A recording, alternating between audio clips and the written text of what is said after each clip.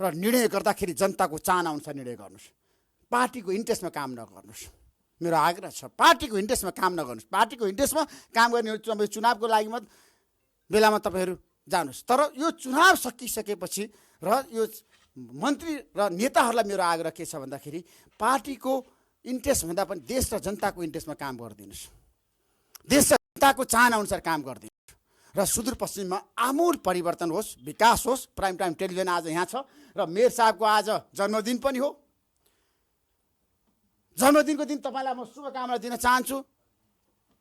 Mayor साहब, तपाईँको उत्तरोत्तर प्रगति होस्।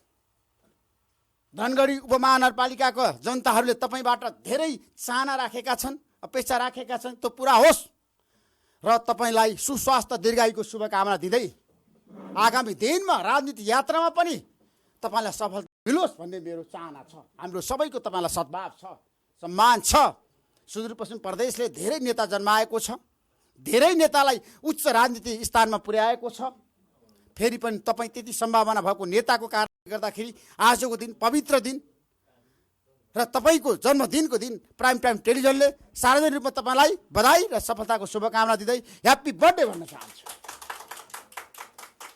त्यसैले तपाईँको नेतृत्वमा धनगढी उपमहानगरपालिकामा आमूल परिवर्तन होस्, विकास होस्, भ्रष्टाचार अन्त्य होस्। मेरो त्यही शुभकामना तपाईँप्रति समर्पित गर्दै म जाँदै प्राइम टाइम टेलिभिजनको एउटा अभियान छ, हाम्रा संवाददाता साथीहरूलाई म भन्न चाहन्छु, अब तपाईँहरूको ध्यान भनेको जनतातिर हुनुपर्छ। पत्रकारिता भनेको जनमुखी पत्रकारिता गर्ने हो, जनताको लागि पत्रकारिता गर्ने हो, जनतामा समर्पित हुने हो, जनताको पीडा दुःख कष्ट र समस्यालाई साथ दिने हो। जनता आज कहाँ छन्, के गरिरहेछन्, जनताले कस्तो अवस्था भोगिरहेछ, हामीले त्यस्तो किसिमको पत्रकारिता गऱ्यौँ, गरिब दुःखी असहायको लागि पत्रकारिता गरौँ भने मात्र हामी सफल हुन सक्छौँ। र हामीले खोजी पत्रकारिता गरौँ। मेरो आग्रह छ सुदूरपश्चिम प्रदेशका मेरा संवाददाता साथीहरूलाई, मित्रहरूलाई म भन्न चाहन्छु, जसले खोजी पत्रकारिता गर्छ त्यो मान्छे सफल हुन्छ। एउटा गाउँको किसानले आज के गरिरहेछ भने हामी गएर आज अछाममा जाउँ, डलेरधुरामा जाउँ, बैतडीमा जाउँ, दार्चुलामा जाउँ, त्यहाँको पीडा, किसानहरूको पीडालाई हामीले समाचार बनाऊँ। अब हाम्रो ध्यान भनेको नेताहरूलाई हामीले सम्मान गर्नुपर्छ, नेताहरूको अभिव्यक्तिलाई हामीले स्थान दिनुपर्छ। तर अब हामीले किसानहरूलाई, मजदुरहरूलाई, गरिब निमुखा जनताहरूलाई स्थान दिएर समाचार सम्प्रेषण गर्न सक्यौँ भने मात्रै हामी सफल पत्रकार बन्न सक्छौँ। त्यसैले मेरो एउटा अभियान छ, यो निर्वाचनको अवसरमा म देशभरि जाँदैछु। प्राइम टाइम टेलिभिजनमा एउटा अभियान लिएर म जाँदैछु, आयो निर्वाचन भनेर म जाँदैछु। आयो निर्वाचन देशभरि, ऋषि धमला यो तीनै तहको निर्वाचनमा देशभरि जनताको साथमा रहनेछौँ।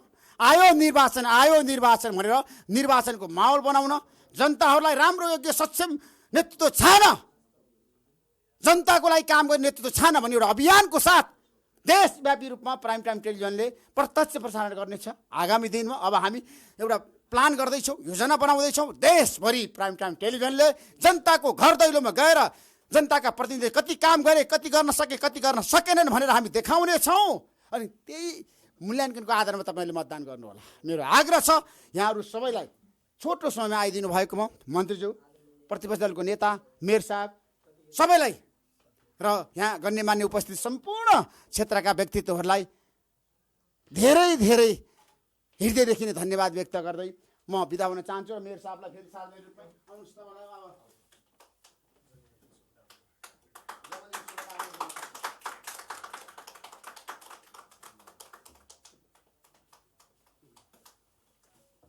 धेरै धेरै धन्यवाद छ प्राइम टाइम टेलिभिजनका अध्यक्ष वरिष्ठ पत्रकार ऋषि धमलाज्यू। उहाँले प्राइम टाइम टेलिभिजनको योजना, लक्ष्य र उद्देश्यका बारेमा पनि प्रकाश पार्नु भएको छ र विशेष गरी तिनै तहका अथवा सरकारहरूलाई एउटा विकास निर्माणमा समर्पित हुन भनेर एउटा घचघच्याउने प्रयास पनि गर्नुभएको छ। सम्पूर्ण महानुभावलाई जानकारी पनि गराउन चाहन्छु, प्राइम टाइम टेलिभिजनले यो कार्यक्रम अहिले प्राइम टाइम टेलिभिजनबाट प्रत्यक्ष प्रसारण गरिरहेको पनि सबैलाई जानकारी गराउन चाहन्छु।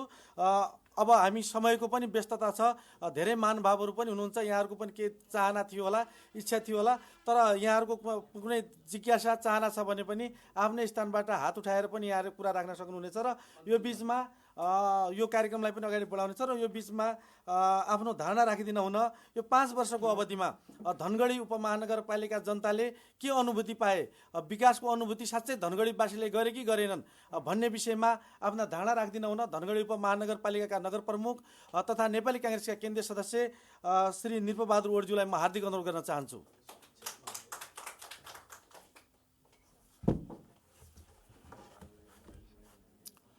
धन्यवाद हाम्रो तीर्थ सरलाई।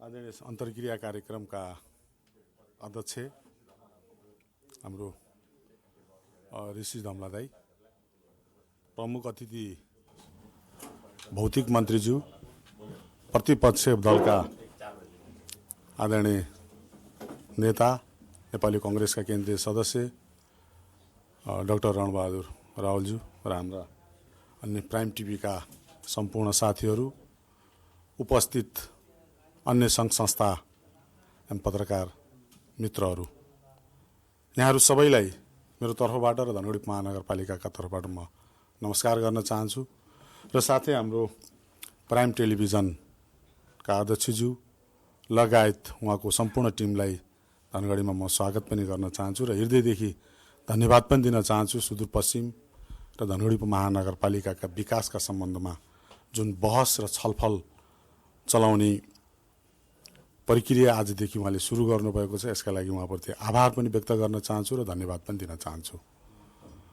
वास्तवमै हामी निर्वाचित भएर आइसकेपछि जुन अवस्था पालिकाको थियो, कर्मचारीको अभाव, पूर्वाधारको अभाव, आर्थिक स्रोत र साधनको अभाव, यी सबै हुँदै पनि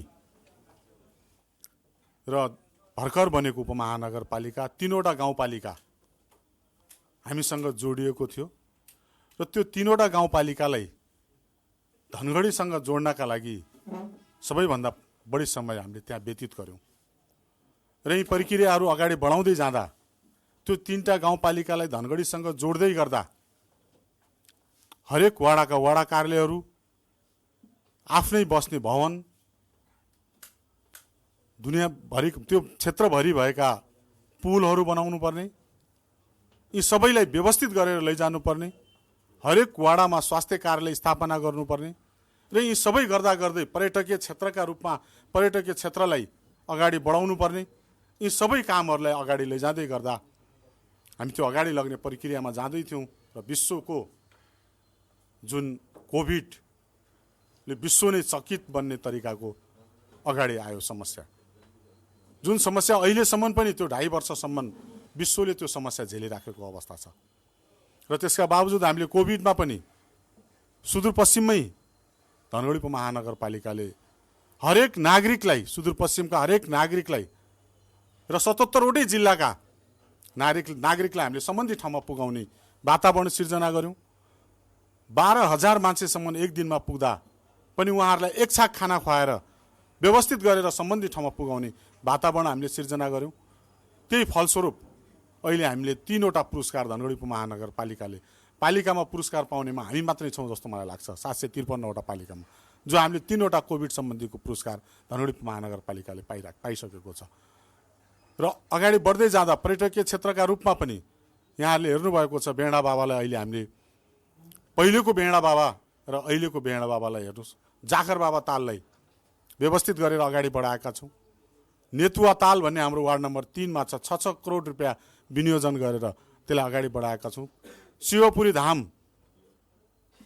तौला ताल लगायतका क्षेत्रहरूलाई पनि हामीले अगाडि बढाएका छौं र अहिले देशमै सबैभन्दा ठूलो सिटी हल, पालिकामा कुनै ठाउँ पनि त्यो किसिमको सिटी हल छैन, जो अहिले वार्ड नम्बर 8 मा अबको 10-12 दिन भित्रमा हामी त्यसलाई उद्घाटन गर्ने क्रममा जाँदैछौँ। 34 करोड रुपैयाँको सिटी हल तयार गरेका छौं। कोल्ड स्टोरको अभाव थियो, कोल्ड स्टोरलाई अगाडि बढाएका छौं। हरेक पूर्वाधारलाई अब हामी चुनाव जितेर आइसकेपछि मलाई लाग्छ हामीले 400, 500, 300 भन्दा बढी पिच सडक हामीले बनाएका छौं। आफ्नै बजेटले 6-7 करोडका पुलहरू बनाएका छौं र हरेक नागरिकका घरमा पुग्ने वातावरण सिर्जना गरेका छौं। टोल टोलमा स्वास्थ्य केन्द्रको टोली टोलमा पुग्ने वातावरण अगाडि बढाएका छौँ र भ्याक्सिनमा पनि यहाँहरूले हेरे हुन्छ अहिले सबैभन्दा बढी 80% भ्याक्सिन लगाउने धनगढी उपमहानगरपालिका नम्बर 1मा अहिले पर्दैछ। जो हामीले अहिले पनि निरन्तर रूपमा प्रत्येक स्वास्थ्य केन्द्रमा भ्याक्सिनहरू राखेका छौँ र PCR टेस्ट गर्ने एउटा मात्रै पालिका धनगढी उपमहानगरपालिका हो जो कोभिडका बेला हामीले 3 महिनाभित्रमा PCR टेस्ट गर्ने आफै PCR टेस्ट गर्ने ठाउँ हामीले बनाएका छौँ। त्यसैले हाम्रो धनगढी उपमहानगरपालिकाको पहिलो प्राथमिकता हामीले जनतालाई राखेका छौँ।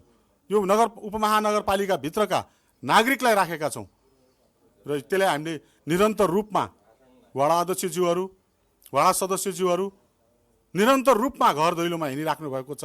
के समस्याहरू छन्, के अप्ठ्याराहरू छन्, बत्तीको व्यवस्थापन गर्न खोजिराखेका छौँ। एडिबीको प्रोजेक्ट बन्द हुन सुरु भइसकेको प्रोजेक्टलाई सञ्चालनमा ल्याएका छौँ।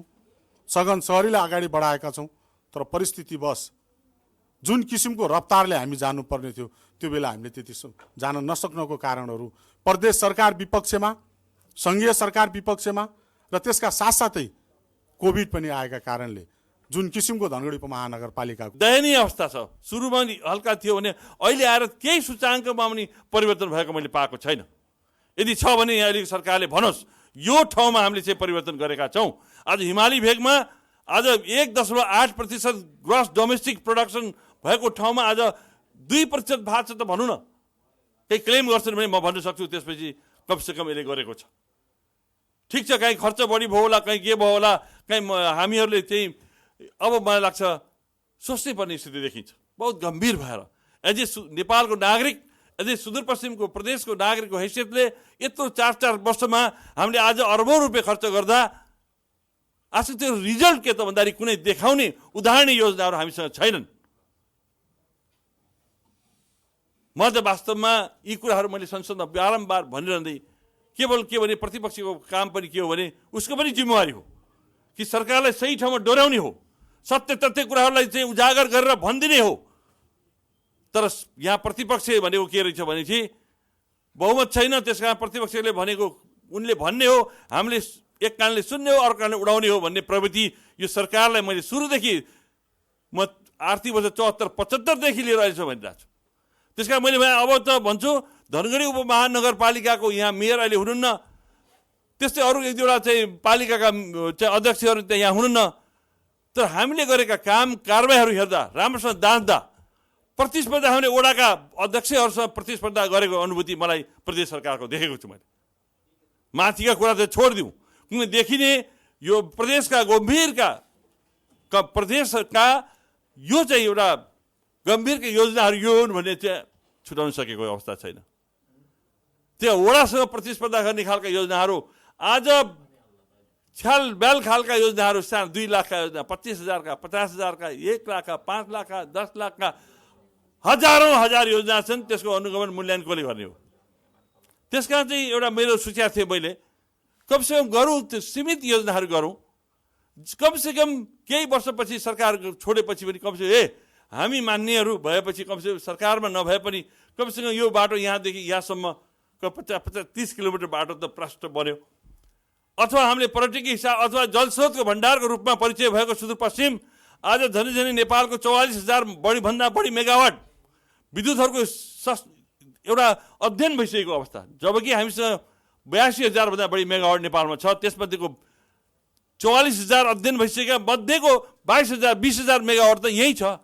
त्यसमध्ये एउटा त सुरुवात गरौँ, सङ्घीय सरकारसँग समन्वय गरेर भनेको अहिलेसम्म सुन्ने हो त्यो पनि।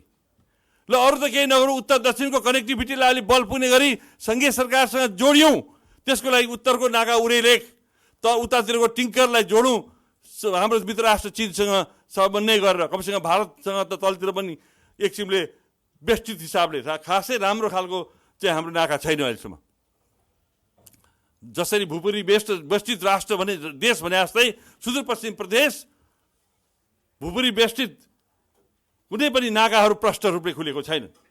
केही नाकाहरू यहाँ हेर्नुहोस् टिकापुरको त्यही हालत छ, यतातिर आएर यहाँ गौरीफुन्टाको हालत त्यही छ, उतातिर गड्डा चौकीमा हाल्न केही घन्टा खोलिदिन्छन्, त्यो पनि आशा भरोसा होइन, आशीर्वाद अनुसार चाहिँ गाडी 2 घन्टा 3 घन्टा खोल्छन्। त्यस कारण त्यो पनि नाका होइन। माथितिरको नाका त खुल्छ कि भनेको त्यो पनि अहिले अवस्थामा छैन। त्यस कारण जब कनेक्टिभिटी हाम्रो उत्तरको यत्रो विशाल चाहिँ विकासशील राष्ट्र, दक्षिणको यत्रो राष्ट्र छ, तिनीसँग कमसेकम सरल रूपले आवाज गर्न सक्यो भने पनि त्यसले ठुलो टेवा पुऱ्याउन सक्थ्यो, त्यो पनि गर्न सकेका छन्। त्यसको लागि यो सुदूरपश्चिम सरकारले मात्र गर्ने होइन, त्यसले गर्ने भनेको सङ्घीय सरकारसँग जोडेर गर्नुपर्छ। त्यसको लागि दबाब दिने काम यो सरकारले गर्नु सक्नु परेन। त्यसैले तमाम कुराहरूलाई म भनौँ, यहाँ समय कम होला, हाम्रो आदरणीय चाहिँ प्राइम टेलिभिजनका उहाँले चाहिँ भनिसक्नु भएको छ, मलाई लाग्छ अरू थुप्रै कामहरू पनि होलान्। तर महत्त्वपूर्ण पाटो के छ भन्दाखेरि समग्रमा एउटा सरकार, एउटा राम्रो पक्ष के हो भने सरकार बनेको छ, झनै अहिले पनि गठबन्धनको सरकार छ, त्यसमा हाम्रो पनि केही सहयोग भएकै हो उहाँलाई यो टिकाउनुमा। तर जुन हिसाबले अहिले हेर्नुहुन्छ भने हामी सरकारलाई सहयोग गर्ने भन्ने भन्दा पनि हामी सबभन्दा उपेक्षित, न सरकारमा छौँ सहयोगको रूपमा छौँ, न प्रतिपक्षमा छौँ, यो खालको जनतामा आभास भएको छ। त्यस कारण चाहिँ सम्पूर्ण रूपले अहिले के छ भन्दाखेरि त्यसरी हामी चाहन्छौँ यो सरकारको अनुभूति पनि नभएको हुनाले हामीलाई त पूर्णतया सरकार असफल भएको, यहाँको सुदूरपश्चिमका जनताहरूले के सोचेको छ भन्दा यो सरकार हुनु र नहुनुमा कुनै तात्विक भिन्नता छैन भन्ने कुराहरू प्रश्न भएको छ। त्यसैले म यो के भन्न चाहन्छु नि, त्यो अवस्था पनि आउने देख्दैछु मैले। त्यो एउटै कुरा के हो भने, होइन भने केवल मुखले लिप्स भन्छ एउटा अङ्ग्रेजीमा, ओठे सहयोग, मुखले चाहिँ सहयोगी, मुखले चाहिँ सबै काम गरिदिने, तर इन रियालिटीमा हामीले हाम्रो पक्षमा एउटा मान्यको पक्षमा यो गर त्यो गर भन्दा पनि हामीले चाहेको हो सुदूरपश्चिम जनताको पक्षमा केही अनुभूति हुने खालका, केही देखिने खालका कामहरू हुन सक्यो भने हामीलाई पनि गौरव किन महसुस नहुने। नत्र अहिले के अवस्था आएको छ भन्दाखेरि यो संविधान त हामीलाई के फिल भयो भने हामी नै प्रथम के मान्नेहरू, मतलब यही परिस्थिति हुने यहाँका जनताको भनाइ के छ भने योभन्दा त स्थानीय सरकार र सङ्घीय सरकार पहिला छँदै थियो केन्द्रीय सरकारको नाममा, यो प्रदेश सरकारको आवश्यकता किन भन्ने प्रश्न आज सुदूरपश्चिमको कारणले आउँदैछ। आज भ्रष्टाचारको हेर्दाखेरि मैले हेरेँ यहाँ चाहिँ एउटा सिपिओ यो करप्सन पर्सेप्सन इन्डेक्स तपाईँ हेर्नुहुन्छ, जो चाहिँ ट्रान्सप्यारेन्सी इन्टरनेसनलले हरेक वर्ष निकाल्छ, तपाईँले त्यहाँ हेर्नु होला 1 नम्बरमा त 2 नम्बरै परेको छ, 2 नम्बर प्रदेश। त्यसपछिको अर्को मतलब 1 देखि 7 वटा प्रदेशहरूमा 2 नम्बर 1 नम्बर 1 भ्रष्टाचार हुने ठाउँमा परेको छ, नम्बर 2 भ्रष्टाचार हुने ठाउँमा हामीले त्यहाँ चाहिँ हामीले पकडी पाएका छौँ। योजनाहरूको वितरणमा प्रिपेड र जस्तै प्रिपेडमा चाहिँ हाले जस्तो पहिल्यै प्रिपेडहरू गर्ने कुराहरू अहिलेको माननीय मन्त्रीलाई कति थाहा छ मलाई थाहा छैन, तर विगतदेखि अहिलेसम्म चाहिँ प्रिपेड योजनाहरू बने। त्यस कारण चाहिँ पूर्णतया हामी चाहिँ असफल छौँ। यो असफलताको कारणमा हाम्रो पनि केही भूमिका होला भन्ने म ठान्छु, किन हामीले जुन हिसाबले वास्तवमा सहयोग गऱ्यौँ त्यो सहयोग गर्नु पर्थ्यो पर्दैन थियो, बहुतै गम्भीर प्रश्नहरू छन्। त्यसैले म धेरै लामो नभनेर यो सरकारलाई अबका छोटा समयमा पनि केही देखिने अनुभूति हुने खालको, कमसेकम गौरव हुने खालका केही योजनाहरू सुरुवात गरेर अगाडि बढ्न सक्यो भने केही जनतामा जुन किसिमको निराशा छ, हरेक स्वास्थ्यको क्षेत्र, शिक्षाको क्षेत्र, पर्यटनको क्षेत्र, जलस्रोतको क्षेत्र, बेरोजगार विशेष गरी युवाहरू आज सबभन्दा बढी पलायन बाहिर जानुपर्ने, विशेष गरी इन्डियै हरेक झन् 80 देखि 85% घर धुरीमा 1 देखि 2 जना मान्छे भारतमा जान्छ यहाँबाट। यो अवस्था छ। आज सुरुमै हाम्रो माननीय मुख्यमन्त्रीले भन्नुभएको थियो अब विदेशमा यसरी दुःख भएर भौतारिनु पर्दैन, हामी अब सरकारमा आइसकेपछि सबै परिवर्तन गर्छौँ, यहीँ रोजगारी सृजना गर्छौँ। आज एउटा हरेक गाउँमा चाहिँ हरेक पालिकामा एउटा औद्योगिक ग्राम बनाउँछु भनेर गौरवका साथ सुरुकै वर्षमा 2074-75 देखि 75-76मै भनेको हरेक गाउँमा एउटा पालिकामा एउटा ग्राम औद्योगिक ग्राम, बस भाषणमै। हरेक चाहिँ सुदूरपश्चिममा हामी चाहिँ यातायात पुरा सञ्चालन गर्छौँ, करोडौँ रुपियाँ छुटाएको छ, अहिलेसम्म एउटा बस चलाएको छैन सुदूरपश्चिम सरकारको। हरेक पालिकामा हामी 2-2वटा चाहिँ पसलहरू सुपथ पसलको ल्याएर जनताहरूलाई बहुत सहुलियत दरमा हामी सामानहरू वितरण गर्छौँ भने अब त सोध्नुहोस् कतिवटा पालिकामा कतिवटा सुपथ छन्, बरु रेटको डबलको ट्रिपलवाला पसलहरू छन्, त्यो सहुलियत पसल जनतामा देखिँदैन। हामीले भन्यौँ सरकारले भने सुरुमै अब ट्विनहरू, त्यस बेलाको सम्माननीय प्रधानमन्त्रीको पनि आशीर्वादलाई लिएर उहाँले भन्नुभयो ल अब देशभरि होइन हामी सुदूरपश्चिममा शून्य बनाउँछौँ, कहीँ पनि अब ट्विन चाहिँदैन भन्नुभयो, ट्विन फ्री स्टेटको रूपमा बनाउँछु भन्नुभयो, बडा गौरवका साथ बडा फलाक्नुभयो चाहिँ संसदमा। अहिले हेर्नुहोस् जहाँ पनि हालत के छ, बालबालिकाहरू त्यो ट्विनमा गएर महाकालीमा खसेको बारेमा तपाईँले देखिरहनु भएको छ। त्यस कारण चाहिँ हामी भन्छौँ तर गर्दैनौँ। जडीबुटी उद्योग बनाएर यो स्वदेशको उद्योगलाई साँच्चीकै एउटा गौरवशाली उद्योग बनाउँछु भनेर सुरुमा चाहिँ 30 करोड जति 28 करोड छुट्याएको थियो, पछि 10 करोड भयो, त्यसपछि यसपालि शून्य छ। यो जडीबुटीको उद्योग कहीँ खोज्न जानु पऱ्यो भने कहीँ इन्डियातिर गयो भने भेटिला, यहाँ त भेटिँदैन। त्यसैले हामी भन्छौँ गर्दैनौँ यहाँ। त्यस कारण हामी मन्त्री छौँ, पदका छौँ, काममा छैनौँ। हामी मान्ने छौँ, लाचारी छौँ। त्यसै समग्र सुदूरपश्चिम गम्भीर अवस्थामा छ। विकास निर्माणको लागि सिक्ने आधारहरू यथेष्ट छन्, सिकाइ भएको छ। अब यसबाट सिकाइका साथ आउँदा दिनहरू यदि साँच्चै संवेदनात्मक हिसाबले प्रतिपक्ष पक्ष भन्दा पनि यहाँ त हामी त सबैको काम कमसेकम विकास होस् भन्नेवालाको समूह ज्यादा छ। यहाँ राजनीतिभन्दा विकास निर्माणलाई बढी चाहने मान्छेहरूको सङ्घ छ। तत्पश्चात जो इच्छा शक्ति छ नेतृत्वमा सरकार सञ्चालकहरूमा त्यो सुन्ने अवस्थाको छ। बहुत गम्भीरताका साथ दुःखका साथ भन्नुपर्ने स्थिति छ। त्यसैले मैले धेरै भने, यति भन्दै बिदा हुन्छु। र विशेष गरी म प्राइम टाइम टेलिभिजनले यो अवस्थामा गम्भीर रूपले समीक्षात्मक हिसाबले यो छोटो अवधिमा एउटा कार्यक्रम गरेर हामीलाई चाहिँ ठुलो गुण लगाउनु भएको छ। यसको लागि म चाहिँ प्राइम टाइम टेलिभिजनका वरिष्ठ अध्यक्षजी र वरिष्ठ पत्रकार आदरणीय हाम्रो ऋषि धमालाजीलाई र उहाँको टिमलाई विशेष धन्यवाद दिन चाहन्छु। यहाँहरूको बसाइ सुखद रहोस्। स्वागत छ, धन्यवाद। धेरै धेरै धन्यवाद छ। नेपाली काङ्ग्रेसका केन्द्रीय सदस्य तथा प्रमुख प्रतिपक्षी दलका नेता डाक्टर रणबहादुर पछिल्लो गतिविधिहरूका विषयमा यहाँलाई जानकारी गराउनु भएको छ। र विशेष गरेर सुदूरपश्चिम सरकारको स्थापनापछि सुशासन नभएका कुराहरू र कुनै पनि जनतालाई रिजल्ट अथवा आशलाग्दो रिजल्ट प्रस्तुत गर्न नसकेका कुराहरू र विकासको लागि दबाबसम्म पनि नदिएका कुराहरू उहाँले गर्नुभएको छ। र यसको जवाब र यसका प्रदेश सरकारले गरेका गतिविधिहरूका विषयमा अहिले म मन्त्रीज्यूलाई बोलाउने छु। र त्योभन्दा पहिला म केही साथीहरूलाई आसन ग्रहण पनि गराउन चाहन्छु। गोर्खापत्रका सुदूरपश्चिम संयोजक तथा नेपाल पत्रकार महासङ्घका पूर्व सुदूरपश्चिम संयोजक प्रकाश विक्रम शाहज्यूलाई म अतिथिको आसन ग्रहण गर्नको लागि अनुरोध गर्न चाहन्छु। यसै गरी प्रेस सङ्गठनको तर्फबाट लक्ष्मी जैसी, यसै गरी पर्यटन पत्रकार सङ्घको भीम चौधरी लगायतका नागरिक कर्मी पुष्प जोशी, धर्म विक लगायतका साथीहरूलाई पनि आसनको लागि अनुरोध गर्दै अब भने प्रमुख प्रतिपक्ष दलका नेताले जुन एउटा कुराहरू यहाँ राख्नु भएको छ, जुन कसरी सुदूरपश्चिम प्रदेश सरकार अगाडि बढ्यो भन्ने विषयमा आफ्नो धारणाहरू राखिसक्नु भएको छ। र यो कार्यक्रम चाहिँ यहाँहरूले प्राइम टाइम टेलिभिजनबाट प्रत्यक्ष रूपमा हेरि पनि रहनु भएको छ। र अब भने म आफ्नो धारणाहरू राख्नको लागि सुदूरपश्चिम प्रदेश सरकारका भौतिक पूर्वाधार विकास मन्त्री श्री दीर्घ बहादुर सोढाज्यूलाई म हार्दिक अनुरोध गर्न चाहन्छु।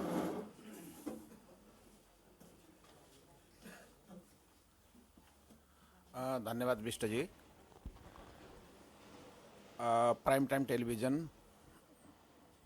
का अध्यक्ष वरिष्ठ पत्रकार आदरणीय ऋषि धमालाजीको इनिसिएसनमा हामी सुदूरपश्चिम सरकार सुदूरपश्चिमको विकासको बारेमा छलफल गरिरहेका छौँ। ऋषि धमालाज्यू, नेपाली काङ्ग्रेस केन्द्रीय सदस्य प्रमुख प्रतिपक्षी दलका नेता रणबहादुर रावलज्यू, प्राइम टाइम टेलिभिजनका जीएम साहब, उपस्थित पत्रकार मित्रहरू, अन्य साथीहरू सबैलाई हार्दिक नमस्कार छ, हार्दिक अभिवादन छ। अघि निरपजीले धनगढी पुरै उज्यालो भएको कुरा सुनाउनु भयो, रणबहादुरले पुरै सुदूरपश्चिम अँध्यारो भएको सुनाउनु भयो। प्रतिपक्षको भूमिका निर्वाह गर्नुभएकोमा सबै साथीहरूलाई धन्यवाद छ। त्यस्तो होइन किनकि यसको जवाबदेता पाँचौँ पटक प्रधानमन्त्री भएको शेरबहादुर देउवाजी मुलुकको प्रधानमन्त्री हुनुहुन्छ।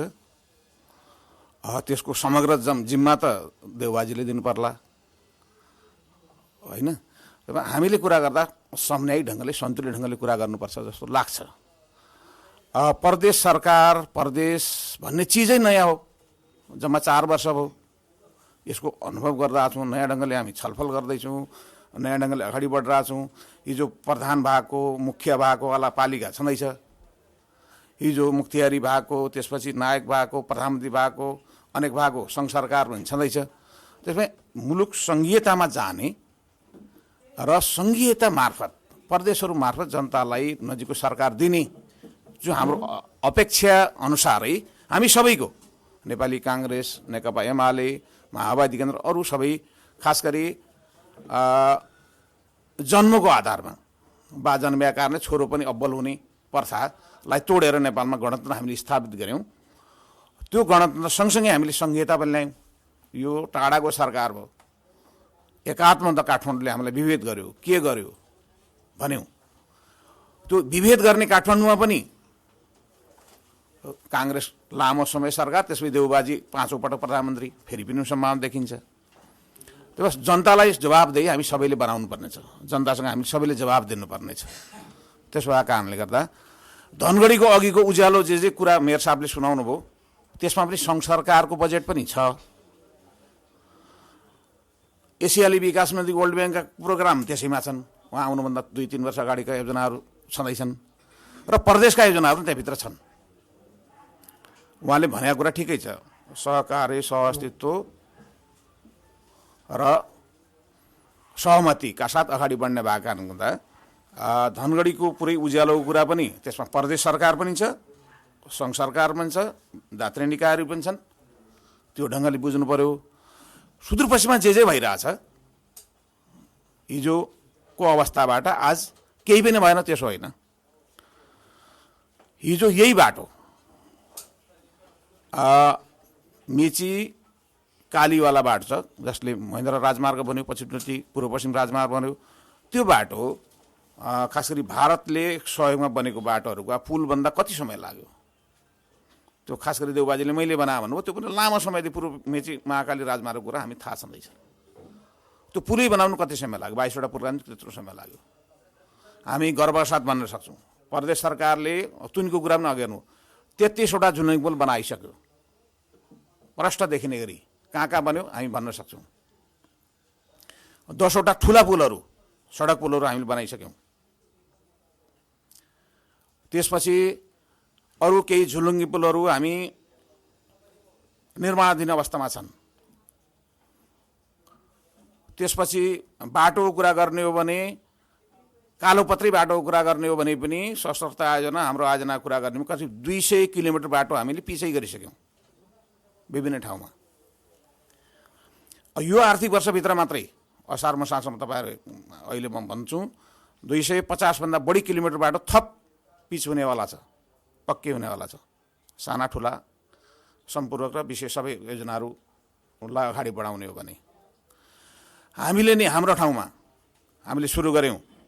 मान्छेहरूको अप्ठ्यारोमा जीवन बेच्छ भनेर हेलिकप्टरबाट मान्छेको जीवनयापन गर्न, कोरोनाका कहरमा मान्छे अप्ठ्यारोमा परेका मान्छेहरूलाई कतिलाई काठमाडौँ उठायौँ, कतिलाई पहाडबाट तराई ल्यायौँ, मान्छेको जीवनलाई सहुलियत बनायौँ। र हामीले हिजोको सेती प्रादेशिक अस्पताल र आजको सेती प्रादेशिकको हस्पिटलदेखि सबै कुरा हेर्नुहोस्, धेरै चिज फरक छ। महाकाली अस्पतालको अवस्था फरक छ। हाम्रा मान्छेहरू बरेलीदेखि बरिया इन्डिया मात्रै जान्थे उपचारका लागि। आज धनगढीमा अनेक प्राइभेट अस्पतालहरू छन्, आज महेन्द्रमा धेरै प्राइभेट अस्पतालहरू छन्। हाम्रो अस्पतालहरू पनि हिजोको भन्दा फरक देखिन्छ। त्यस प्रकार हिजोको जस्तै मात्रै होइन, हामीले फरक गरेकै छौँ, फरक गर्दैछौँ। यो आर्थिक वर्षमा मात्रै हामी 26वटा सडक पुल बनाउँदैछौँ, कहीँ 200 मिटरका, कहीँ 50-60 मिटरभन्दा लामा, र 35वटा ठुला सडकहरू हामी बनाउन खोज्दैछौँ। बहुग्रेस ठेक्काहरू लाग्दैछन् 3 वर्षका निम्ति। मान्य रणबहादुर रावलजीलाई नै सोधेर उहाँको भनेका ठाउँमा पनि हामी पुल सडक बाटो बनाउँदैछौँ। केही भएन भन्ने अवस्था होइन, तर जति अपेक्षा त्यति भएको छैन, त्यो कुरामा सत्य कुरा हो। त्यसमा सङ्घ सरकार पनि सामेल छ।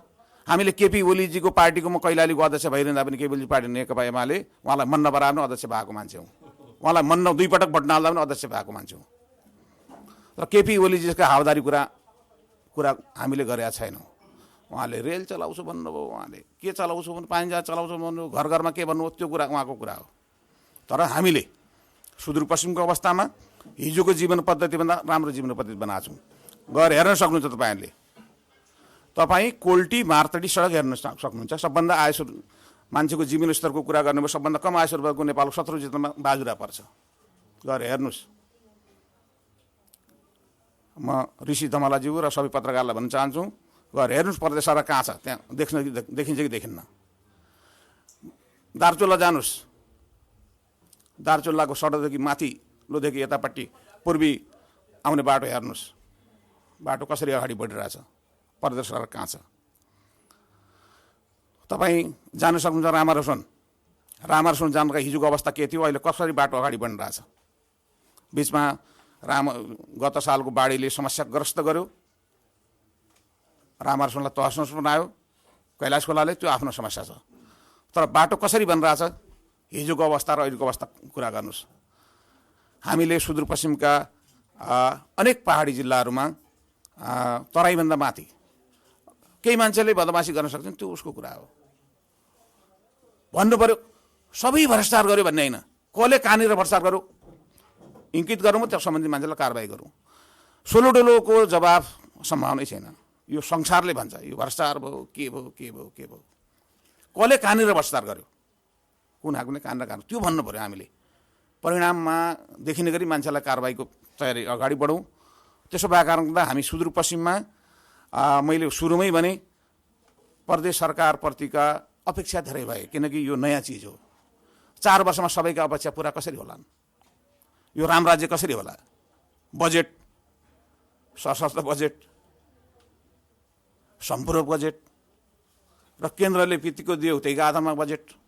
तर म गर्वसाथ भन्छु, ऋषि धमलाज्यूले सुन्नु सक्नुहुन्छ, हामी 7वटा प्रदेशमा लास्टमा छैनौँ, 2-3 नम्बरमा छौँ।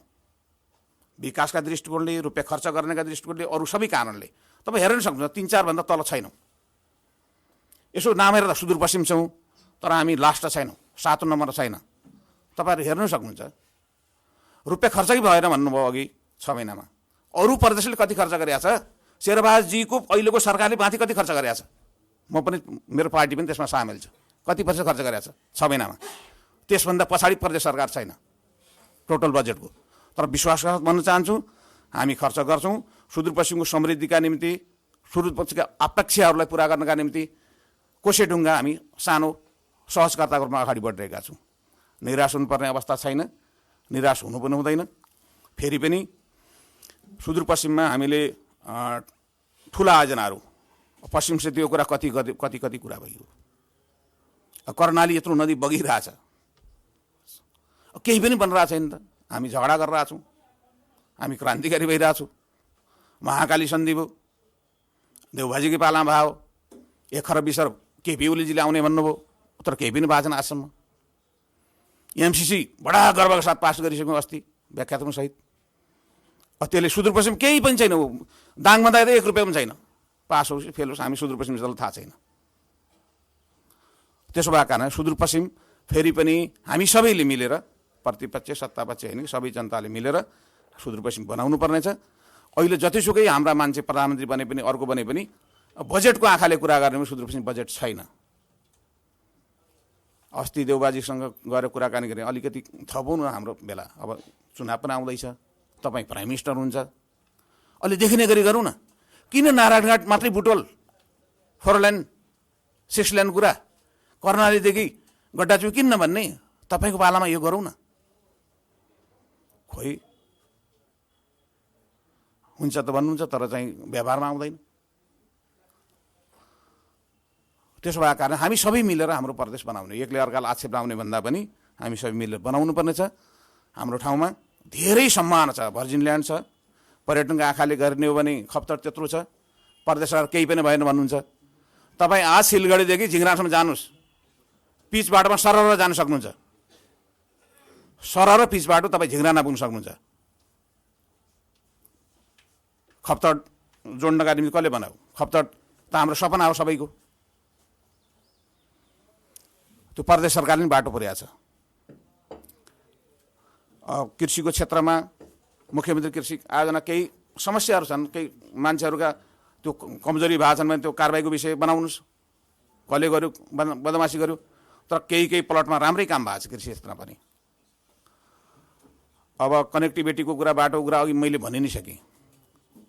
फेरि पनि हामी ओभरअल सुदूरपश्चिमको समग्र विकासका निम्ति स्थानीय तहका सरकारहरू, जसलाई हामी सशस्त्र बजेट, सम्पूरक बजेट, अनेक बजेट दिएका छौँ, अनेक योजनाहरू छन्, उहाँहरूको क्षमता वृद्धिका निम्ति हाम्रो सहयोग छ। र सङ्घ सरकारसँग पनि मिलेर ठुला आयोजनाहरूमा खास गरी अगाडि बढौँ भन्ने हाम्रो अपेक्षा हो। तर सङ्घ सरकारले अब अहिले एउटा चमेलिया बाहेक सुदूरपश्चिममा यत्रा नदी नाला बगिरहेछन् छैन। अपरचनीय अलि काम भइरहेछ, एउटा चमेलिया छ। अर्को कालङ्गामा सानो आयोजना छ। त्योभन्दा बाहेक यत्रा नदी बगिरहेका छन् हाम्रा निम्ति। गफ त हामीले धेरैचोटि गरिसक्यौँ। पश्चिम सेती भनेका छौँ, के भनेका छौँ, अप्पर कर्णाली भनेका छौँ, लोयर कर्णाली भनेका छौँ, तलतिरपट्टि अर्को के भन्दैछौँ अहिले पछिल्लोचोटि। अब तर पनि के छ भने यसमा पनि अनेक विवाद झिकेर अब 5-5 पल्ट प्रधानमन्त्री हुने मान्छे पनि यहीँ छु, क्रान्तिदेखि क्रान्ति गर्ने मान्छे यहीँ छु। अब के गर्ने?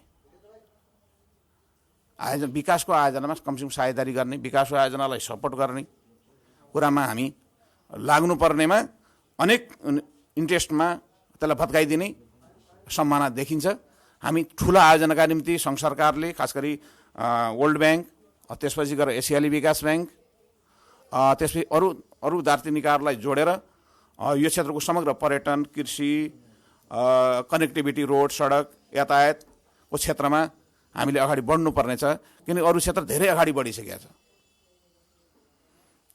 म हिजो मात्रै हामी पोखरा धनगढी अस्ति नयाँ ढङ्गले प्लेनको उद्घाटन गरेर बुद्धिहरूले सुरुवात गरेका छ, कमसेकम जोड्यौँ भन्ने ढङ्गले गएको।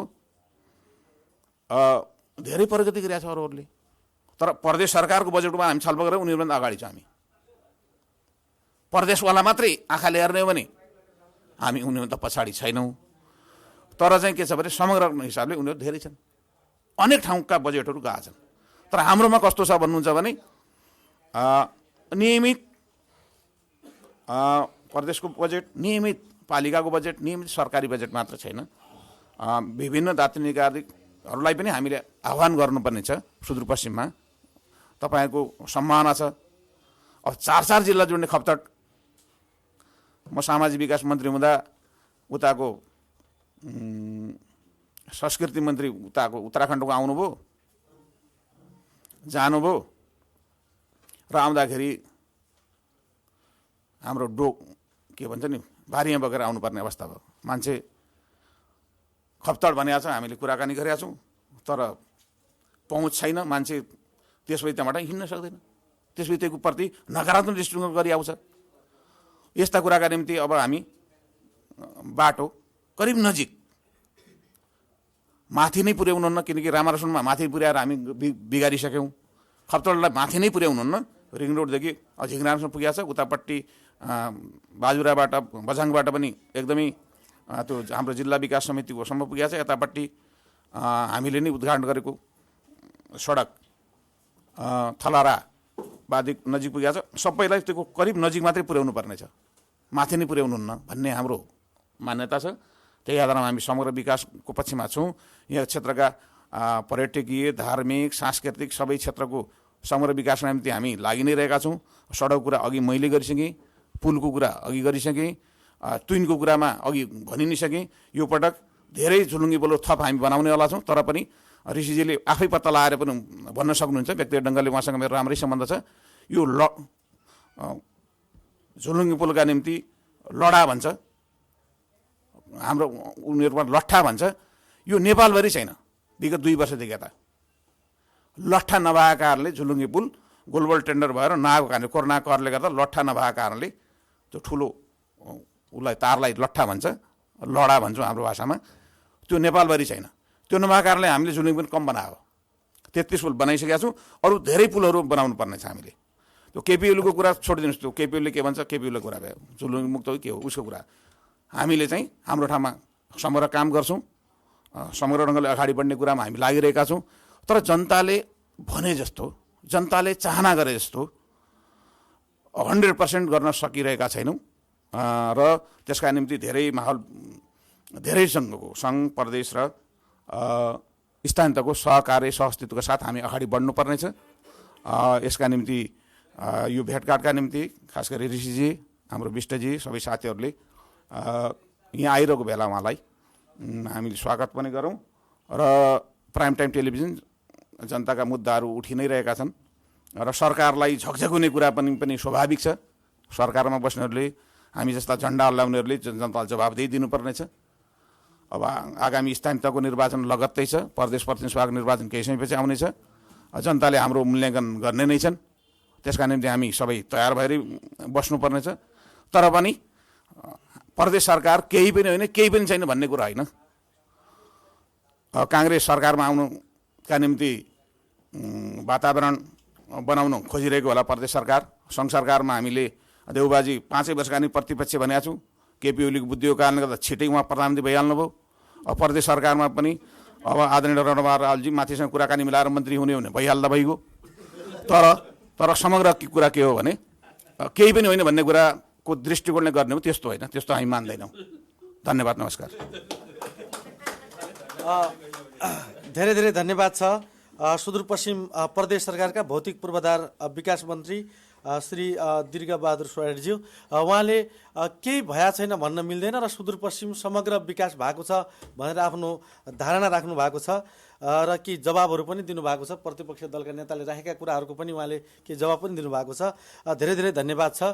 र अब हामी कार्यक्रमको करिब करिब अन्तिमतिर पनि छौँ र यो बिचमा यहाँहरूका कुनै जिज्ञासा धारणाहरू छन्, कुनै अब हामीसँग मन्त्रीज्यूहरू हुनुहुन्छ, प्रतिपक्ष दलका नेताज्यू पनि हुनुहुन्छ, केही छ भने समग्रमा छोटकरीमा के आफ्नो धारणा छ भने कृपया आफ्नै ठाउँबाट आफ्नो प्रश्नकोलाई हो राखिदिनु हुन म अनुरोध गर्न चाहन्छु।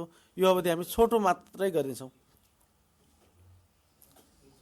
निर्वाचन आयो निर्वाचन भनेर निर्वाचनको माहौल बनाउन, जनताहरूलाई राम्रो योग्य सक्षम नेतृत्व छान, जनताको लागि काम गर्ने नेतृत्व छान भन्ने एउटा अभियानको साथ देशव्यापी रूपमा प्राइम टाइम टेलिभिजनले प्रत्यक्ष प्रसारण गर्नेछ। आगामी दिनमा अब हामी एउटा प्लान गर्दैछौँ, योजना बनाउँदैछौँ। देशभरि प्राइम टाइम टेलिभिजनले जनताको घर दैलोमा गएर जनताका प्रतिनिधिले कति काम गरे, कति गर्न सके, कति गर्न सकेनन् भनेर हामी देखाउने छौँ।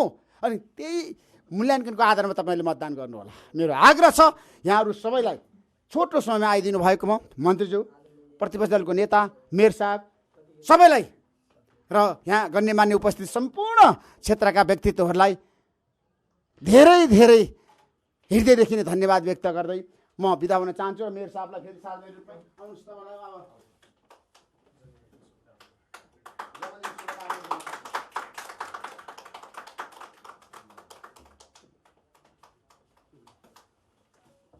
धेरै धेरै धन्यवाद छ। प्राइम टाइम टेलिभिजनका अध्यक्ष वरिष्ठ पत्रकार ऋषि धमलाज्यू, उहाँले प्राइम टाइम टेलिभिजनको योजना, लक्ष्य र उद्देश्यका बारेमा पनि प्रकाश पार्नु भएको छ र विशेष गरी तिनै तहका अथवा सरकारहरूलाई एउटा विकास निर्माणमा समर्पित हुन भनेर एउटा घचघच्याउने प्रयास पनि गर्नुभएको छ।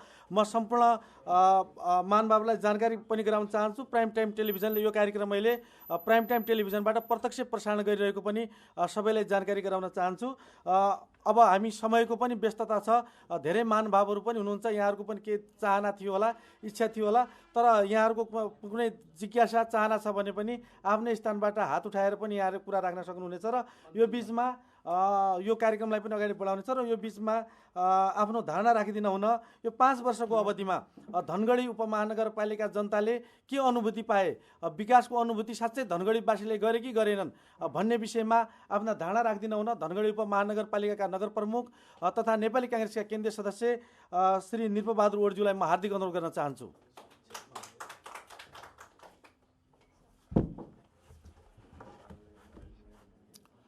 धन्यवाद हाम्रो कीर्त सरलाई।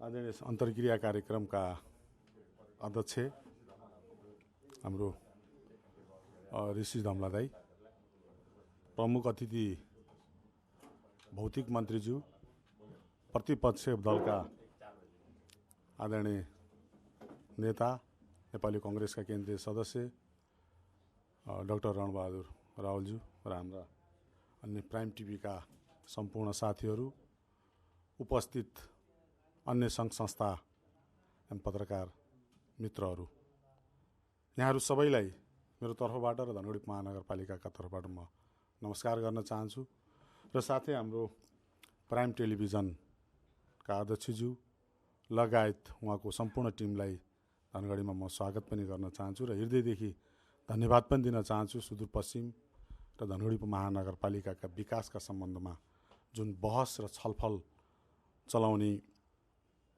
प्रक्रिया आजदेखि उहाँले सुरु गर्नुभएको छ, यसका लागि उहाँप्रति आभार पनि व्यक्त गर्न चाहन्छु र धन्यवाद पनि दिन चाहन्छु। वास्तवमै हामी निर्वाचित भएर आइसकेपछि जुन अवस्था पालिकाको थियो, कर्मचारीको अभाव, पूर्वाधारको अभाव, आर्थिक स्रोत र साधनको अभाव, यी सबै हुँदाहुँदै पनि र भर्खर बनेको उपमहानगरपालिका 3वटा गाउँपालिका हामीसँग जोडिएको थियो र त्यो 3वटा गाउँपालिकालाई धनगढीसँग जोड्नका लागि सबैभन्दा बढी समय हामीले त्यहाँ व्यतीत गऱ्यौँ र यी प्रक्रियाहरू अगाडि बढाउँदै जाँदा त्यो 3टा गाउँपालिकालाई धनगढीसँग जोड्दै गर्दा हरेक वडाका वडा कार्यालयहरू, आफ्नै बस्ने भवन,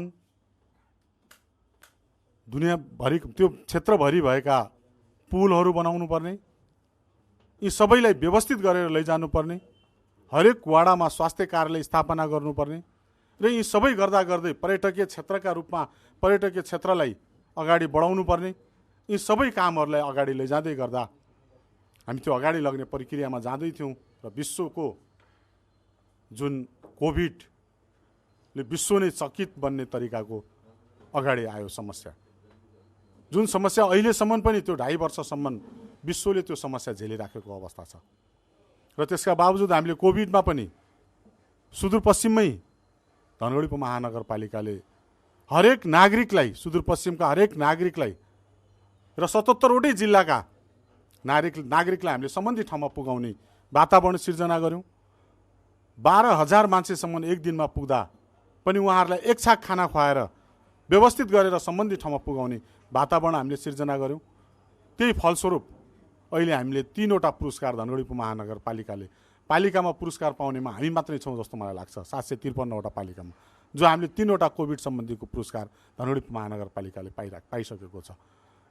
र अगाडि बढ्दै जाँदा पर्यटकीय क्षेत्रका रूपमा पनि यहाँहरूले हेर्नुभएको छ, बेडा बाबालाई अहिले हामीले पहिलेको बेडा बाबा र अहिलेको बेडा बाबालाई हेर्नुहोस्, जाखर बाबा ताललाई व्यवस्थित गरेर अगाडि बढाएका छौँ।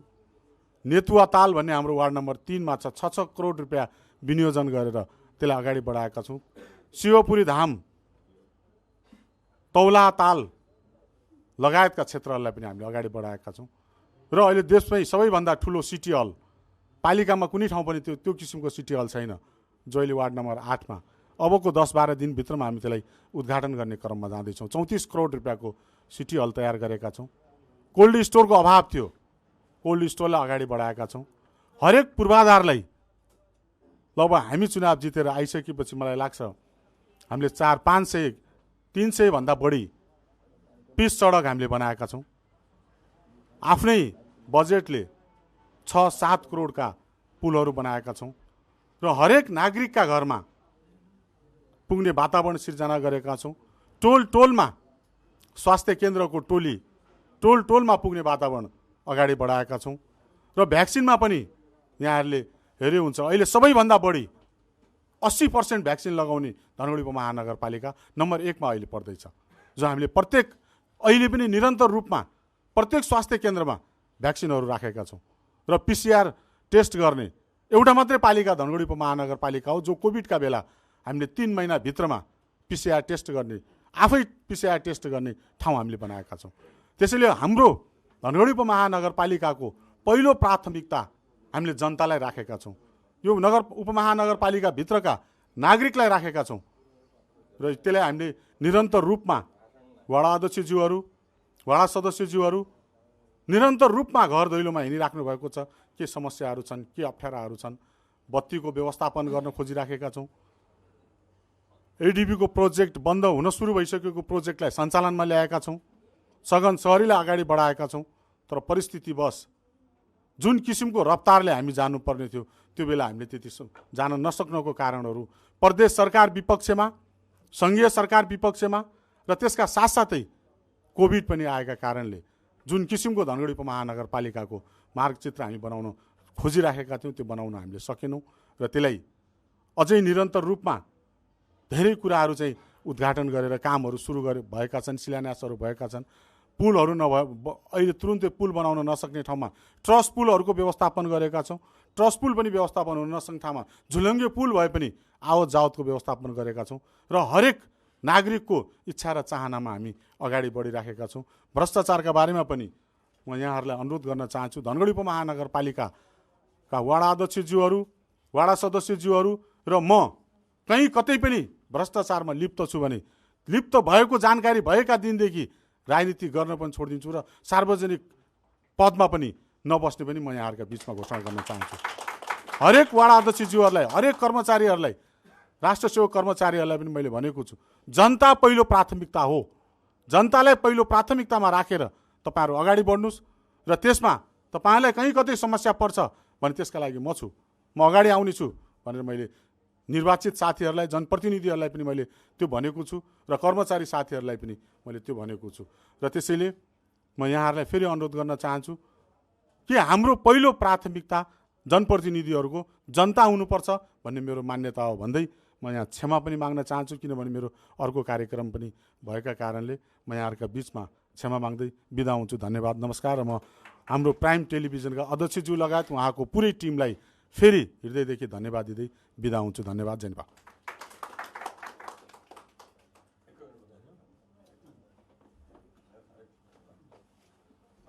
धेरै धेरै धन्यवाद छ धनगढी उपमहानगरपालिकाका नगर प्रमुख तथा नेपाली काङ्ग्रेसका केन्द्रीय सदस्य निरबहादुर बोर्डज्यू। उहाँले एउटा भ्रष्टाचार कुरा महत्त्वपूर्णका साथ गर्नुभएको छ र यदि मैले भ्रष्टाचार कहीँ गरेको फेला पर्यो भने म कहिले राजनीति गर्दैन भन्ने एउटा प्रण पनि प्राइम टाइम टेलिभिजनका सामान्य व्यक्त गर्नुभएको छ। हामी धेरै धेरै धन्यवाद दिन चाहन्छौँ। हामी कार्यक्रमलाई छोटकरीमा अगाडि बढाइरहेका छौँ र सम्पूर्ण दर्शकहरूलाई पनि जानकारी गराउन चाहन्छौँ। यो कार्यक्रम अहिले प्राइम टाइम टेलिभिजनबाट यहाँहरूले प्रत्यक्ष र नेपाली रेडियो नेटवर्कबाट पनि प्रत्यक्ष प्रसारण भइरहेको पनि हामी सबैलाई जानकारी गराउँदै अब हामी छोटकरीमा आफ्नो छोटो धारणा राखिदिन हुन नाटा सुदूरपश्चिमका संयोजक माया प्रकाश भट्टज्यूलाई हार्दिक अनुरोध गर्न चाहन्छु। धन्यवाद। अनसेड्युल हो के अरे यो मञ्चमा आसीन विभिन्न राजनीतिक दलका श्रद्धेय मित्रहरू, प्राइम टाइम टेलिभिजन परिवार र यहाँ उपस्थित सम्पूर्ण मिडियाकर्मी दाजुभाइ दिदीबहिनीहरूमा म निजी क्षेत्रको एउटा प्रतिनिधित्व गरिरहेको नाटा सुदूरपश्चिम प्रदेशको तर्फबाट यहाँहरूलाई स्वागत पनि गर्न चाहन्छु र प्राइम टाइम टेलिभिजनको अतिथिहरूलाई सुदूरपश्चिममा स्वागत गर्न चाहन्छु।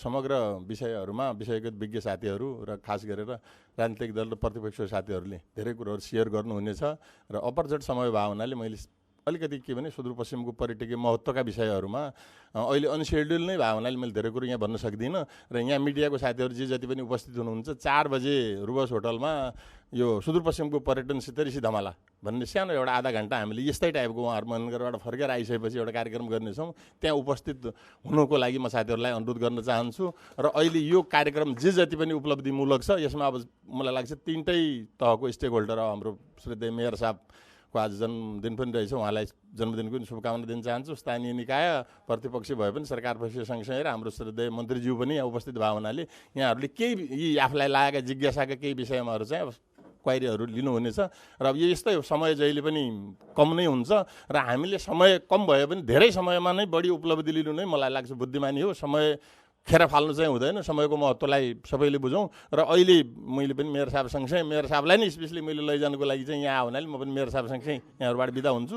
र 4 बजे चाहिँ अनुकूल भएको साथीहरूले होटल रुबसमा सुदूरपश्चिमको पर्यटनसित ऋषि धमाला एउटा टपिकै हामीले त्यो बनाउँछौँ र वास्तवमै सुदूरपश्चिम पर्यटनको लागि भर्जिन पनि हो र मलाई लाग्छ यो प्राइम टाइम टेलिभिजनसित हाम्रो नाटाको सामान्य केही एउटा कोर्डिनेसन गरेर टाई अफ नै भएर हामीले फार वेस्टलाई चाहिँ कसरी सुदूरपश्चिमलाई चाहिँ टुरिज्ममा अगाडि बढाउन सक्छौँ र भोलि गएर म एउटा दावाका साथ भन्छु यो पर्यटन भनेको प्रोपगन्डा हो, यसमा खासै लगानीको पनि त्यति जरुरी पर्दैन। अब हामीले मुखको मिठास दिन सक्यौँ भनेपछि प्रकृतिले सुदूरपश्चिमलाई धेरै कुरो दिएको छ र अबको दिनमा भनौँ न हिजो अस्ति पूर्वाधार नपुगेका कारणले धेरै कुरो लेप्सेज भयो, अहिले मेरो साहबले लिनुभयो, अब पूर्वाधारहरू पनि धेरै पुगिसकेका हुनाले अब हामीलाई यसलाई व्यावसायीकरण गर्ने र यसैबाट मलाई लाग्छ गरिबी न्यूनीकरण पनि महत्त्वपूर्ण योगदान चाहिँ टुरिज्मले पुर्याउन सक्छ भन्ने म अनुरोध गर्न चाहन्छु। यहाँहरूले अवसर दिनुभएकोमा धन्यवाद, नमस्कार।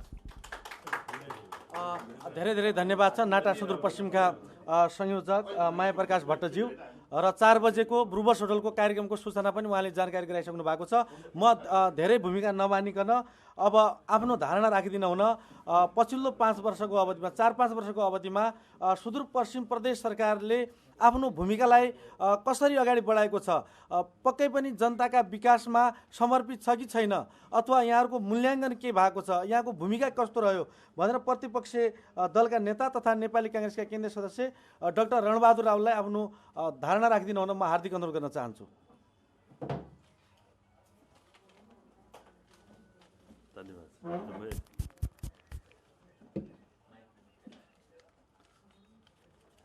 माइकदेखि हाइटमै रहेछ क्या अच्छा ठिक छ धन्यवाद विशेष गरी आजको यो सुदूरपश्चिम प्रदेशको विकास निर्माणको सन्दर्भमा प्राइम टाइम टेलिभिजनले लिएको चासोको सन्दर्भमा जुन छलफल कार्यक्रम भइरहेछ यसका सभाध्यक्ष विशेष गरी प्राइम टाइम टेलिभिजनका अध्यक्ष आदरणीय ऋषि धमलाज्यू त्यसै गरेर यसै समारोहका चाहिँ प्रमुख अतिथिको रूपमा रहनुभएका प्रदेश सरकारका वरिष्ठ मन्त्री हाम्रो चाहिँ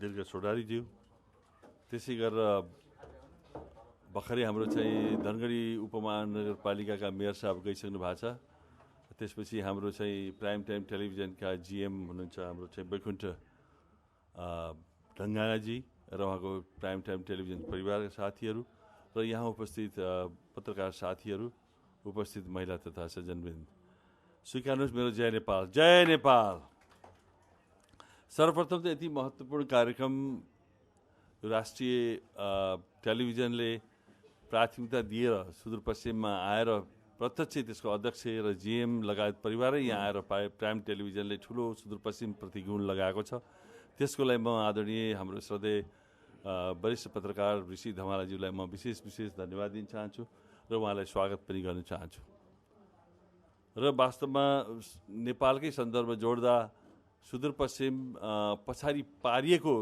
प्रदेशको रूपमा विगतमा प्रदेश क्षेत्र थियो पछि गएर कर्णाली प्रदेश र सुदूरपश्चिम प्रदेशको रूपमा रूपान्तरित भए तापनि कर्णाली र सुदूरपश्चिम भनेर 36 सालभन्दा अगाडि एउटै क्षेत्रको रूपमा थियो यो अरू 3टा प्रदेश क्षेत्रहरूभन्दा तत्कालीन समयमा पनि सबभन्दा पछाडि पारिएको लाग्थ्यो अहिले आएर 7वटा प्रदेश बन्ने क्रममा पनि कर्णाली र सुदूरपश्चिमको अवस्था अझ पनि गम्भीर अवस्थामा पुगेको कुरा र खासै तात्विक प्रगति उन्नति हुन सकेको नसकेको कुरा म यहाँसँग जगजाहेर अनुरोध गर्न चाहन्छु अब रह्यो कुरा यो सुदूरपश्चिम प्रदेशको विकास निर्माणको सन्दर्भमा अहिले 2072 को संविधान बने पश्चात हामीले चाहिँ नयाँ सरकार प्रदेश सरकार आफ्नै घर आँगनमा पायौँ त्यस्तै हाम्रा चाहिँ झन्डै 88वटा पालिकाका स्थानीय सरकारहरू हामीले पायौँ त्यसै गरेर झन्डै हाम्रो 700 करिब 34वटा वडा सरकारहरू पनि हामीले साना पायौँ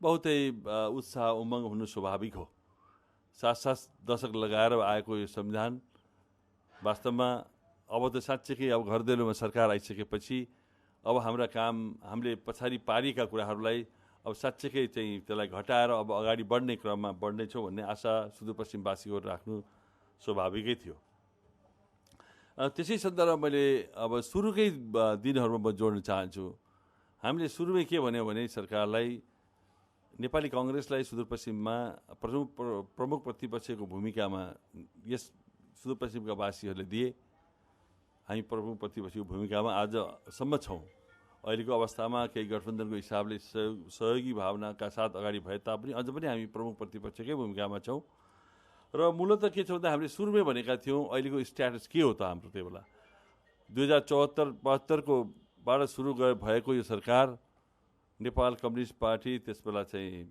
जोइन्ट नै भएको थियो जसमा चाहिँ अहिले चाहिँ आएर फेरि नेपाल कम्युनिस्ट पार्टी माओवादी केन्द्रकै मुख्यमन्त्रीको रूपमा अहिले पनि हुनुहुन्छ तत्कालीन अवस्था नेपाल कम्युनिस्ट पार्टी एमालेकै हुनुहुन्थ्यो पछि गएर यो अवस्था आएको छ तैपनि सरकार कन्टिन्युस अवस्थामा छ अब हामीले भनेको थियौँ सुरुमै भनेको थियौँ पहिला त के हुन्छ हाम्रो अवस्था के छ त 74 सालसम्म हाम्रो अवस्था के छ भनेर हामीले पहिला केलाउँ भनेर त्यस तत्कालीन योजना र अर्थमन्त्रीलाई पनि हामीले भन्यौँ जसमा एउटा बुकलेट पनि निकालेका थियौँ सायद तपाईँहरूसँग हुन सक्ला यो पछि माग्नु पनि होला यो चाहिँ एउटा चाहिँ बेन्चमार्कको रूपमा लिन सकिन्छ यसमा प्रश्न भनेको छ कति प्रति व्यक्ति आय हाम्रो के अवस्थामा छौँ त्यसपछि बहुआयामिक गरिबीहरू कस्तो छ त्यसको सूचाङ्कहरू के छन् सुदूरपश्चिम 33.87% कुरा छ समग्र चाहिँ नेपालको हेऱ्यो भने 28.6 छ यी कुराहरूलाई हामीले बेन्चमार्क रूपमा त्यहाँ राखेको सुरु गरेका थियौँ किनभने भोलि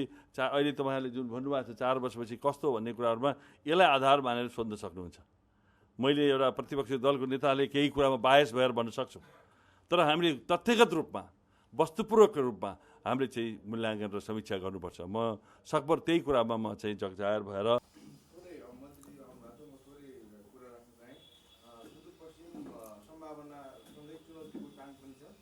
सम्भावना यो माने मात्र यो भर्किने एरिया हो र यहाँ चाहिँ अघि पनि रमाज रावलले भन्नुभएको नेपालको कुल विद्युत 86,000 मेगावाट मध्ये 44,000 मेगावाट चाहिँ सुदूरपश्चिमै छ। यो अत्याधिक सम्भावना भएको क्षेत्र हो सुदूरपश्चिममा जलविद्युतमा एउटा। हामी किन चाहिँ यसलाई चाहिँ फड्को मार्न सकिरहेका छैनौँ, किन चाहिँ गर्न सकिरहेका छौँ।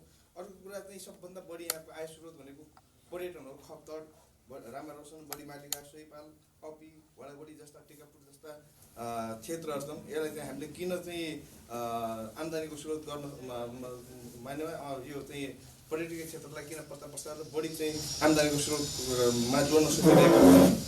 2, मैले खाद्यान्नको कुरा थोरै जोड्न चाहेँ।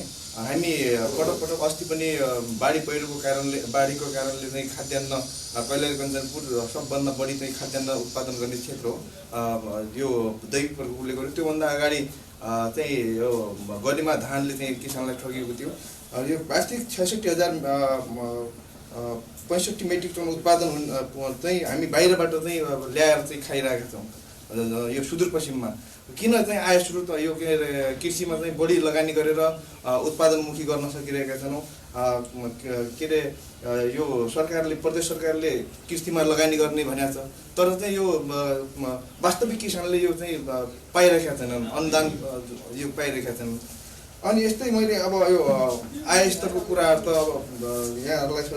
अर्को कुरा चाहिँ यहाँका अधिकांश मान्छेहरू भारत जान्छन् रोजगारीका लागि।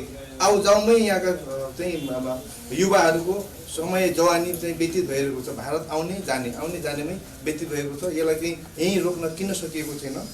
अनि अर्को कुरा सबभन्दा ठुलो, अहिले चाहिँ हामी पेट्रोलियम पदार्थको मूल्य वृद्धि भयो, अब गाडी घोडा चलाउनलाई समस्या भनिरहेको छौँ। सबैभन्दा बढी पेट्रोलियम पदार्थको खानी सुदूरपश्चिममा छ। हामीले सानो थियौँ त्यति बेला पनि यहाँ चाहिँ अनुसन्धान भएको थियो। खनिजबारे प्रदेश सरकार त झन् बेखबरै छ। योभन्दा अगाडि चाहिँ प्रदेश सरकारले चाहिँ यहाँको सुदूरपश्चिमको खनिजका लागि, खनिजको अनुसन्धान अन्वेषण गर्नका लागि 1 करोडभन्दा बढी बजेट छुट्याएको थियो। त्यो बिना अन्वेषणमा त्यो बजेट फिनिज गयो। यो चाहिँ खास गरी कैलालीको पूर्वी क्षेत्र जुन चाहिँ टिकापुरभन्दा उतातिर चाहिँ त्यो कर्णाली नदीमा अहिले पनि बालुवा छानेर सोना जातिहरू चाहिँ सुन खोजिरहेका छन्। त्यो सुन कहाँबाट आएको छ भन्ने पनि पत्ता लागेको छैन होइन। हामीले यति पनि पत्ता लगाउन सकेका छैनौँ। त्यसै गरी कर्णालीको तिरै यहाँ चाहिँ तपाईँको चाहिँ यहाँ कञ्चनपुरसम्म यो के अरे चुरेभन्दा तल चाहिँ मट्टीतेल खानीको छ, पेट्रोलियम पदार्थ खान्छ। अब सबैभन्दा नामै तेलेको लेक, तेल भएको क्षेत्र डोटीमा तेल भएको क्षेत्रका कारणले गर्दाखेरि तेलेको लेक जहाँ छ त्यहाँ चाहिँ तेलको गन्ध अहिले पनि आइरहेको छ। त्यसको अन्वेषणै भइरहेको छैन। योभन्दा अगाडि तपाईँको चाहिँ बझाङमा चाहिँ फलाम खानी थियो। बझाङमा चाहिँ फलामको चाहिँ भाँडाकुँडाहरू निर्माण हुन्थ्यो, त्यो बिग्रिएको, त्यो चाहिँ अहिले बन्द छ। यसै गरी ग्यास र पेट्रोलियम पदार्थको चाहिँ सम्भावनाका साथै बझाङ, दार्चुला, बैतडी र पुर्चौडीमा चाहिँ फलाम खानी छ। यसै बझाङ र दार्चुलामा अब्रो खानी छ। यी किन चाहिँ पत्ता लागेका छैनन्? हामीले अन्वेषण, यो भएका कुराहरू लेखिएका कुराहरू छन्, तर चाहिँ हामीले अन्वेषण छैन भनेर त्यो बजेट फ्रिज गरिदिएका छौँ। यी कुराहरू मैले माननीय मन्त्रीजीलाई राखेँ। धन्यवाद। धेरै धेरै धन्यवाद छ। उहाँले सँगै जवाब दिनुभयो मन्त्रीज्यूले। अरू के तपाईँ फुलगरीमा क्वेसन मात्रै राख्यो? धेरै कुरा त आइसक्यो। त्यही पनि सुदूरपश्चिम प्रदेशमा हाम्रो प्रदेश सरकार आइसकेपछि 5 वर्ष भयो। उहाँहरूका चुनाव अगाडिका घोषणापत्रहरू हेर्दाखेरि, पल्टाएर हेर्दाखेरि अझै पनि काम हुनुपर्ने जति भएको छैन, तर अलिअलि भएको छ। नभएको चाहिँ भन्न मिल्दैन। भारतका प्रधानमन्त्री मोदीले पटक भनिराख्नुहुन्छ नेपालको पानी र जवानी भारतलाई काम लाग्छ भनेर। त्यो भनाइलाई किन परिवर्तन नगर्ने? पानीलाई हामीले उपयोग गर्न सकेका छैनौँ। त्यत्रो हाम्रो पश्चिम क्षेत्रीय जलविद्युत आयोजना अहिलेसम्म सञ्चालनमा आउन सकेको छैन। हाम्रो त्यो एउटा मात्रै सुदूरपश्चिमको यस्तो जलविद्युत आयोजना हो जसले यसको आधाभन्दा बढी विद्युत खपत गर्न सक्छ र भारतलाई पनि बिक्री गर्न सक्छ। त्यही एउटा कामलाई मात्रै अगाडि बढाएर प्रदेश सरकारले आफ्नो गौरवान्वित भएर मैले यो काम गरेँ भन्ने किन सक्दैन? र त्यही एउटा प्रोजेक्टले पनि भारतकोमा हाम्रो प्रयोग हुने जवानी, अहिलेका युवतीहरू अधिकांश 70-80% भन्दा बढी युवतीहरू भारतमा काम गर्न बाध्य छ। र त्यो नाका यही नजिकै नाका छ, गरिब नाकामा हेर्नुहोस् अहिले पनि लाइन हुन्छ, 100-150 जनाको लाइन हुन्छ।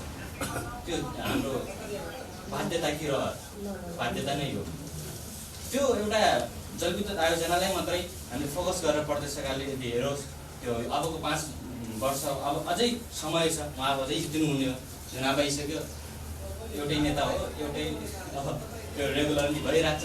प्रधानमन्त्री हामीले पाएका छौँ, प्रदेश सरकार पाएका छौँ, स्थानीय सरकार पाएका छौँ, गाउँ गाउँमा सिंहदरबार पाएका छौँ, तर काम जति चाहना हो त्यो हुन सकेको छैन। त्यसमै धेरै धेरै धन्यवाद छ वीरेन्द्र भाइले। अरू के छ, कसै त जिज्ञासा छ नत्र मन्त्रीज्यूले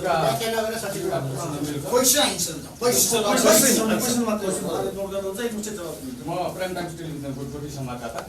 पर्यटकीय क्षेत्र सुदूरपश्चिममा बढी केदारपन छ। बढी केदार क्षेत्रमा पोचाक प्रसारको लागि अहिलेसम्म प्रदेश सरकारले के कति काम गर्न सक्यो? अर्को क्वेसन, बढी केदार गाउँपालिका भनेको सुन्तला र अदुवा खेतीको पकेट क्षेत्र पनि मानिन्छ। त्यहाँको अदुवा त्यहाँका किसानले अहिले चाहिँ पौलीको भरमा बेच्न बाध्य भएका छन्। अर्को कुरा, त्यो अदुवाको लगभग 25 रुपियाँ किलोको दरले अहिले बेच्न बाध्य भएका छन्। त्यसको लागि प्रदेश सरकारले के कति त्यहाँ सङ्कलन केन्द्र अथवा त्यसलाई प्रशोधन केन्द्र बनाउन के कति पहल गर्यो? यो क्वेसन मेरो। धेरै धेरै धन्यवाद छ। र सम्पूर्ण अरू के छ? प्रति मलाई चाहिँ प्राइम टाइम टेलिभिजनको रिपोर्टहरू बजाएको र मैले केही दिन अगाडि मन्त्रीज्यू बझाङ पनि गएर आउनु भएको थियो। सायद बझाङको साइबल गाउँपालिका सदरमुकाम चैनपुरबाट 20 कोस टाढा पर्छ लगभग। त्यहाँ अहिले ठेकदारले दुईचोटि नवीकरण गरिसक्यो आफ्नोलाई ठेक्का अवधिलाई। इमलदार पुल जुन अहिलेसम्म बनेका छैन र वर्षेनी त्यहाँका मान्छेहरू कम्तीमा 2-4 जना मान्छेहरूले त्यो खोलामा बगेर बस्छ। पहिलेसम्म निर्माण हुन्छ। गौरव राष्ट्रिय गौरवको योजनामा पर्न सफल भइसकेको सायद लाग्छ मलाई चैनपुर तागलाकोट सडक, जसले गर्दा तागलाकोटबाट सिधै चाइनाको नाकाबाट चैनपुर के अरे बजार नै केन्द्र हुने गरेर व्यापारिक एउटा केन्द्र हुन्थ्यो, सुदूरपश्चिम नै समृद्ध बन्न सक्थ्यो। चैनपुर तागलाकोट सडकका विषयमा किन सुदूरपश्चिम सरकार बोल्दैन? जुन जय पृथ्वी राजमार्गको जाले बगर अहिले पनि 20 वर्ष अगाडि पनि त्यही जाली बगरमा त्यही ठाउँमा सडक बनिरहेको छ। बाढीले पटक पटक बगाइरहेको छ र त्यो ठाउँको स्तर उन्नति गर्ने र फरक ठाउँमा त्यो बाटो हाल्ने र त्यसलाई अलिकति मजबुत बनाउने विषयमा किन प्रदेश सरकारको ध्यान जान सकेन? हस्, धन्यवाद। बाँकी अरू के छ? धेरै धेरै धन्यवाद। क्वेसनहरूको जवाब दिनु हुन मन्त्रीज्यूलाई म हार्दिक अनुरोध गर्न चाहन्छु।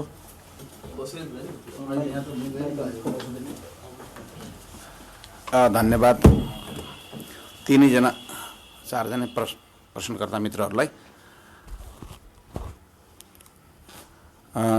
हजुरहरूको अपेक्षा प्रदेश सरकारसँग हुनु स्वाभाविक छ। बढी केदारको अदुवा प्रशोधन सदस्यको कुरा सरकारसँग अपेक्षा गर्नु, त्यो पालिकासँग अपेक्षा गर्नुहोस्। यो सबैलाई आफ्नो ठाउँ न्यार्नु पऱ्यो के कसो कहाँ दायित्व भन्ने कुरा। पश्चिम सेतीको कुरा गर्नु, भेटोको धेरै कुरा। पश्चिम सेती आयोजना लागू कति बजेट चाहिन्छ भन्ने कुरा हजुरले लेखेर राख्नु भएको छैन। अपर कर्णालीको बारेमा कति रुपियाँ लाग्छ भने थाहा छैन। प्रदेश सरकारको बजेट कति हुन्छ?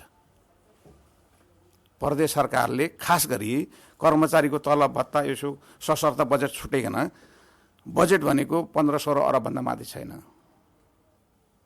तर एउटा राम्रो आयोजना सञ्चालन गर्न 100 अरबभन्दा बढी आयोजना पैसा खर्च हुन्छ। त्यो कुरा ऋषि धमला यहाँ हुनुहुन्छ र तपाईँहरू चाहिँ अर्थतन्त्रका जानकार साथीहरू, मिडियाका साथीहरूले थाहा पाउनुपर्नेवाला छ। सहजीकरण समन्वय गर्नुपर्ने दायित्वमा हामी ठिक छ, त्यो हामी गर्न तयारै छौँ। तर हाम्रो बजेटको 5 वर्षको बजेट लाउँदा पनि ठुलो आयोजना गर्न सक्दैनौँ। खास गरी पश्चिम 50 मिटर माथि उचाइको ड्याम बनाउने जो हामीले गर्न सम्भव छैन। त्यस कारण यसमा हामी दात्री निकायहरूलाई खोज्नै पर्नेछ। दात्री निकायहरू पनि होल्ड गर्ने, आयोजनाहरू आफ्नो कब्जामा राख्ने, योजना जति झोलामा राख्ने, त्यसपछि गएर अरूलाई नदिने जे प्रवृत्ति देखिन्छ त्यो समस्या हो। खास गरी हाम्रो समस्या भनेको त्यही कारण तपाईँहरूले भने प्रदेश सरकारबाट प्रदेश सरकारले गर्नेवाला कुरा, जस्तै अघि साइपालुको कथा सुनाउनु भयो, जालीबहरू सुनाउनु भएको छ 20 वर्ष अगाडि, त्यसो मात्र होइन। म चाहिँ 56 सालमा बझाङ जाँदा बित्थडबाट यहाँबाट बझाङ ट्रकमा गएको छु, ट्रकमा बित्थडबाट पैदल गएको छु। आज हामीले झनानाको पुल बनिएको छ, पश्चिम पुलमा अस्तिको बाढीले डिस्टर्ब गरेको छ। हामीले कुराकानी गरी त्यो पुललाई पूर्णता दिने कुरा गरिरहेका छौँ। सेतीको पश्चिमपट्टि, उत्तरपट्टि, दक्षिणपट्टि दुईवटा ठाउँ। उत्तरपट्टि सङ्घ सरकारको सडक आयोजनाबाट चैनपुरसम्म बाटो पुगेको छ। दक्षिणमा हामीले प्रदेश सरकारको गौरवको आयोजना बनाएर अब चैनपुरमा खास गरी अहिले त्यो चाहिँ एकदम ठुलो डिस्टर्ब भएको छ। त्यो हाम्रो चाहिँ खास गरी बझाङबाट हाम्रो खप्तड जाने ठाउँ र बझाङको सदरमुकाम जाने ठाउँमा धेरै ठुलो डिस्टर्ब भएको छ। वैकल्पिक मार्गको रूपमा हामीले सबै ढङ्गको बाटो बनाइसकेका छौँ। त्यही भएर झनानामा त्यो पुललाई एउटा मात्रै उसमा डिस्टर्ब भएको छ, त्यसलाई हामी पूर्णता दिने कुरा गरिरहेको छौँ। झुलुङ्गे पुलहरू 21 बिग्रिया छ, अघि मैले भन्न पाएन।